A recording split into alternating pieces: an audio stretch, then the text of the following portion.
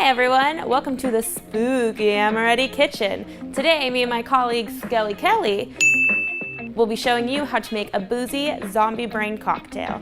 Let's get started.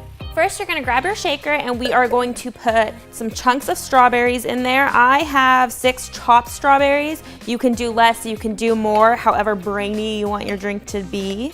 Next, we're going to muddle the strawberries in with all of these ingredients. We really want it to incorporate into the alcohols, the wild strawberry rhubarb craft puree with the agave and the strawberries.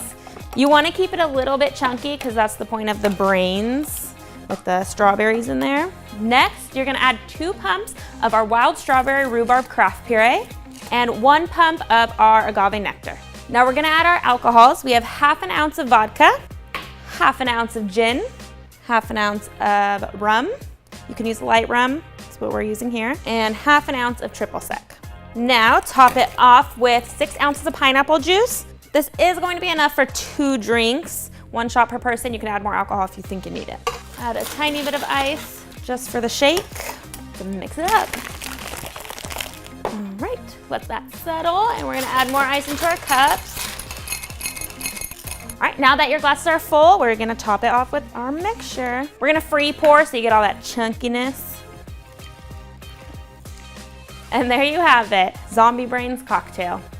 Thank you so much for watching. This drink would be really great for your spooky Halloween party in a big punch bowl. If you do make this at home, be sure to tag us at Amoretti on Facebook, Instagram, and Twitter. Also, don't forget to sign up for our newsletter and subscribe to our channel. Cheers!